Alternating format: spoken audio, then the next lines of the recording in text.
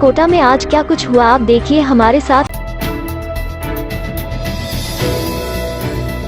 Ticket checking अभियान के साथ मंडल में संचालित सभी खानपान ट्रालियों स्टॉलों की जांच के अतिरिक्त ट्रेनों में पेंट्री कार के माध्यम से प्रदत्त की जा रही खानपान सेवाओं की भी समय समय पर चेकिंग की जा रही है।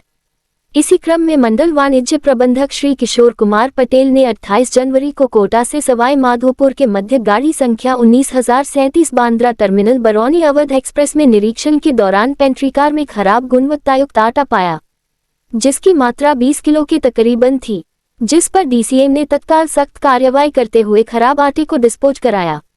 साथ ही उक्त पेंट्री कार के लाइसेंस धारक पर 20,000 रुपये का जुर्माना लगाया। सीजन में यात्री भीड़ के मद्देनजर खानपान यूनिटों के द्वारा ओवरचार्जिंग पर अंकुश लगाने एवं ट्रेनों की पेंट्री कार में गुणवत्तायुक्त खाद्य पदार्थों की बिक्री के लिए कोटा रेल प्रशासन लगातार सकारात्मक कदम उठा रही है। पेंट्री कार में पुनर्तः वर्जित गैस सिलेंडर के उपयोग भी नियमित औचक जांच की जा रही है। इस प्रकार के औचक निरीक्षण लगातार जारी रहेंगे, जिससे अवैध वेंडरों पर पुनर्तः लगाम लगाया जा सके और यात्रियों को ट्रेनों एवं स्टेशनों पर गुणवत्तायुक्त खाद्य सामग्री मिल सके। यात्रियों से अनुरोध है कि खानपान यूनिट पर अंकित अद्यतन दर के अनुसार ही भुगतान करें। राजस्थान के 13 जिलों के लिए बहुप्रतीक्षित पूर्वी राजस्थान नहर परियोजना ERCP पर रविवार को नई दिल्ली में त्रिपक्षीय MOU हस्ताक्षर हुए।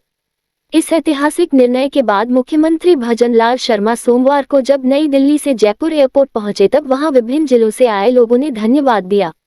मुख्यमंत्री का आभार व्यक्त करते हुए लोगों ने कहा कि ERCP को लेकर उनकी वर्षों पुरानी आस अब पूरी हुई है। इससे राज्य के 13 जिलों में 2.80 लाख हेक्टेयर क्षेत्र में सिंचाई जल की उपलब्धता सुनिश्चित होगी, जिससे 25 लाख से अधिक किसान परिवार लाभान्वित होंगे। साथ ही औद्योगिक आवश्यकताओं के लिए भी पानी मिल सकेगा। उल्लेखनीय है कि ERCP के तहत पूर्वी राजस्थान के 13 जिलों झालावाड़, बारान, कोटा, बूंदी, सवाई माधोपुर, करौली, धौलपुर, भरतपुर, दौसा, अलवर, जयपुर, अजमेर एवं टोंक के लोगों को पर्याप्त पेयजल उपलब्ध हो सकेगा। साथ ही भूजल के स्तर में भी वृद्धि होगी।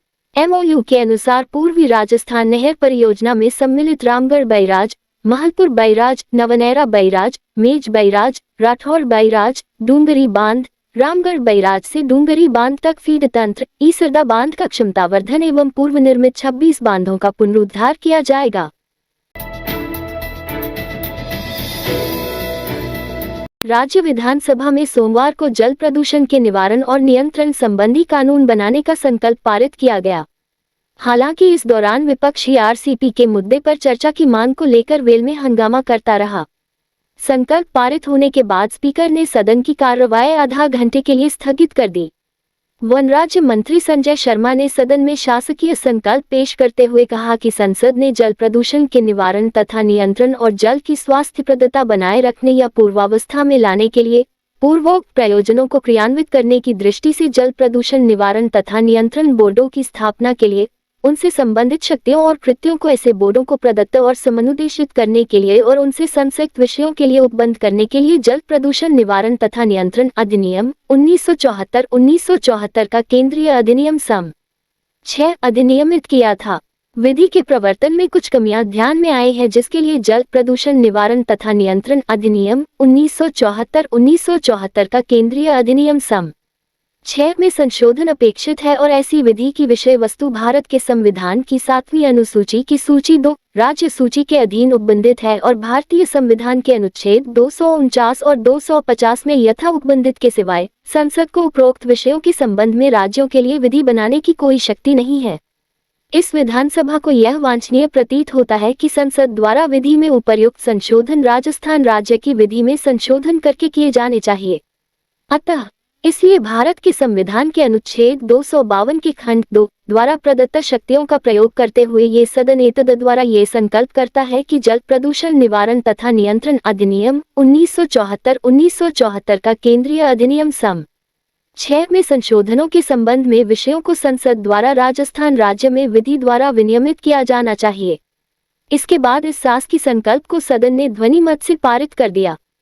इस रात की सुबह नहीं होती जब तक हाथ में उसकी गर्माहट नहीं होती। चाय का प्याला, अखबार साथ पुराना है, मिट्टी से जोड़ता है। खबरों की खुशबू से सारा घर महकता है, हर रंग में ढला कहानियों से किस्सों तक ले जाता है बेरोक टोक, देश के हर हिस्से तक ये हकीकत का आईना है, ख्वाबों को सच करके दिखाता है। दैनिक नवज्योति, आपके लिए, आपके साथ। ये थे आज के मुख्य समाचार। विस्तार से जानने के लिए पढ़ते रहिए दैनिक नवज्योति। दैनिक नवज्योति के YouTube चैनल को सब्सक्राइब करें और ताज़ा अपडेट के लिए बेल आइकॉन दबाएं।